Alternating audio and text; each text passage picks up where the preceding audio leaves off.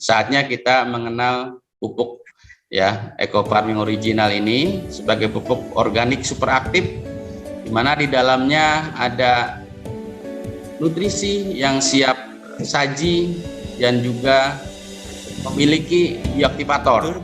Nah, bentuknya seperti ini, ada izin SK Mentan, ada sertifikat organiknya juga.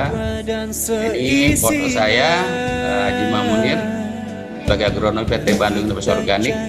Kita berharap kehadiran daripada eco farming ini menjadikan sebuah solusi ya, jadi solusi cerdas bagi para petani Indonesia.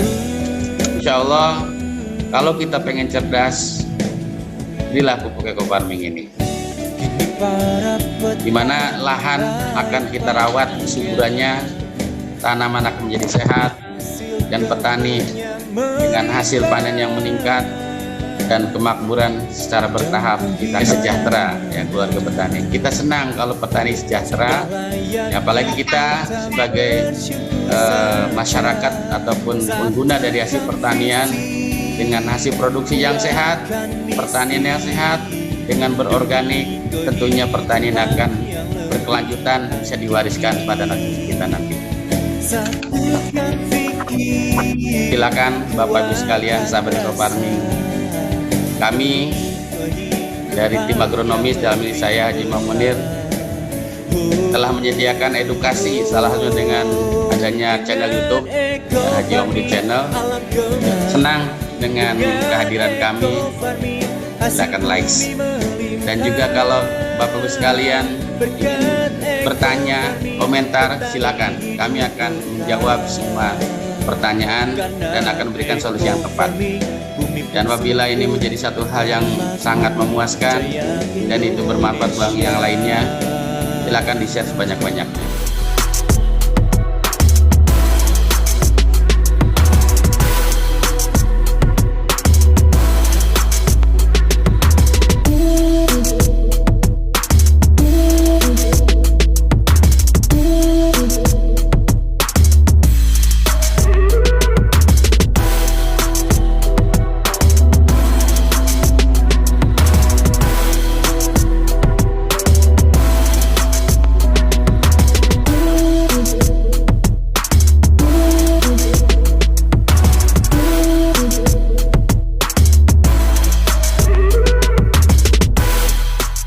Alhamdulillah, la haula wala quwata illa billah, rabbi shrahli sadri wa yassir li amri wahlul 'uqdatam min lisani yafqahu qawli.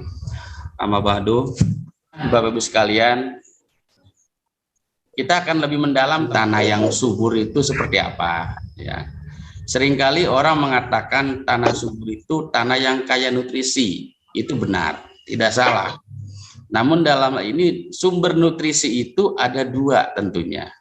Ada nutrisi yang bersifat alami, ada nutrisi yang non alami atau istilahnya organik dan anorganik.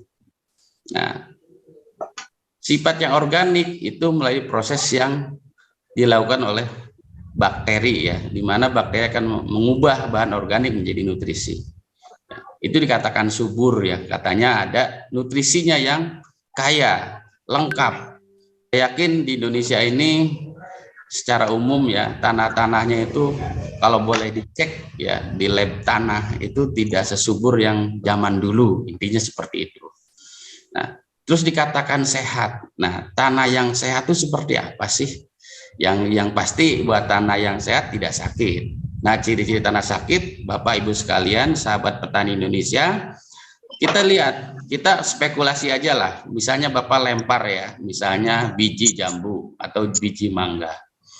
Kena hujan, apa tumbuh tidak?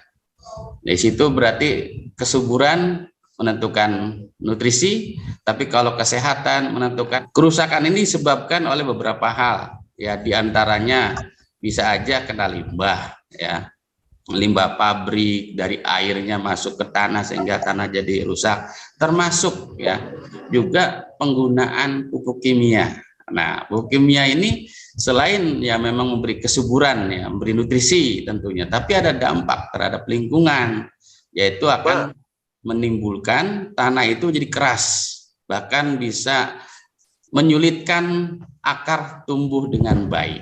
Nah, disinilah kita berpikir cerdas, di mana kita perlu subur, juga perlu sehat.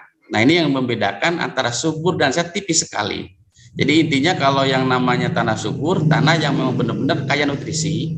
Kalau tanaman sehat, ya selain nutrisinya juga banyak, juga tidak menjadikan masalah terhadap tumbuhnya tanaman secara normal.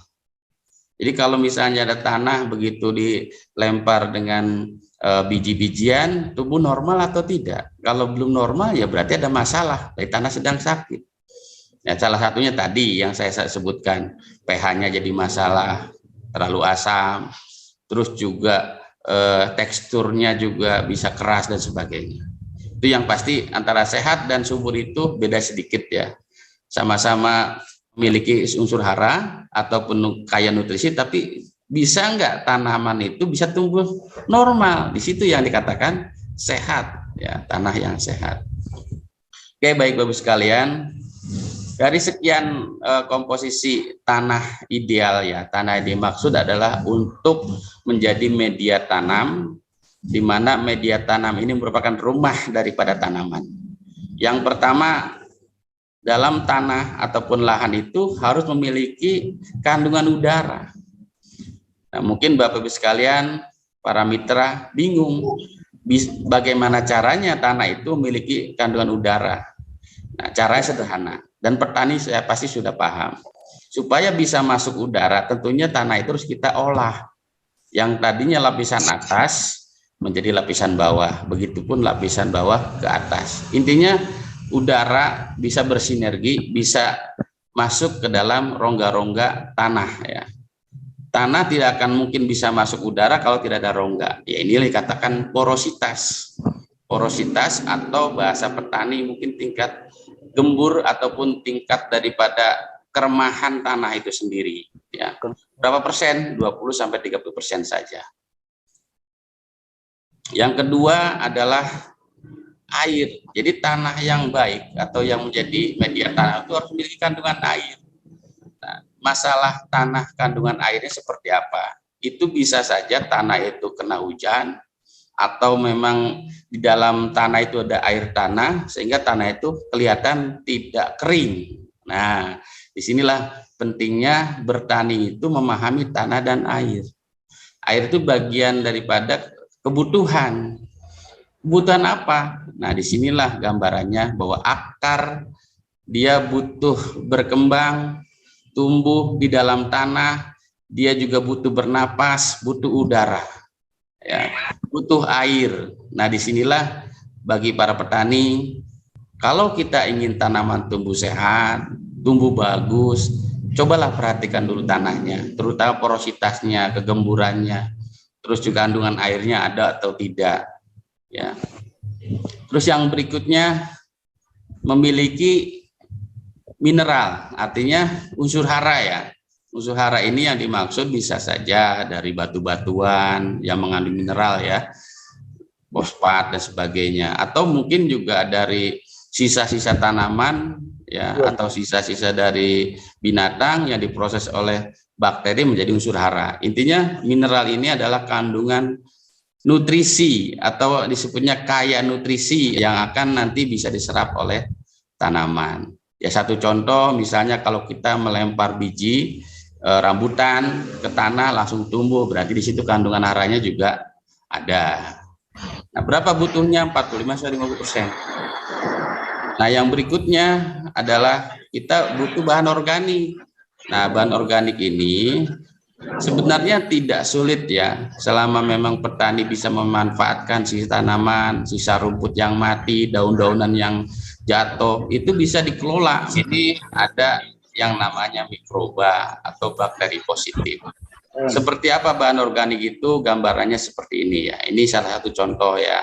Ini bekas sampah organik sekalipun ya, mungkin dari dapur ya, tapi yang jelas bukan plastik ya, itu bisa dimanfaatkan untuk bahan organik dan itu bisa menjadi media yang tentunya media di sini harus dikelola dulu ya. Namanya bahan organik, kalau misalnya tidak matang atau tidak siap itu bisa beri dampak Tapi kalau kita mengerti fungsi ekofarming karena mengandung bakteri, inilah salah satu yang dikatakan starter ataupun bioaktivator dalam rangka kita mengolah bahan organik menjadi pupuk kembali. Assalamualaikum warahmatullahi wabarakatuh. Salam petani cerdas, ekofarming, lahan subur, petani makmur. Assalamualaikum warahmatullahi wabarakatuh. Terima kasih sudah nonton video YouTube saya, Haji Makmunir Channel, Solusi Cerdas Bertani. Terima kasih juga bagi yang sudah like, komen, share, subscribe, dan mengaktifkan lonceng notifikasinya. Bagi yang belum, silakan klik subscribe supaya terus bisa mengikuti informasi video edukasi media Suluh Tani Cerdas dan Terampil. Ekofarming, lahan subur, petani makmur.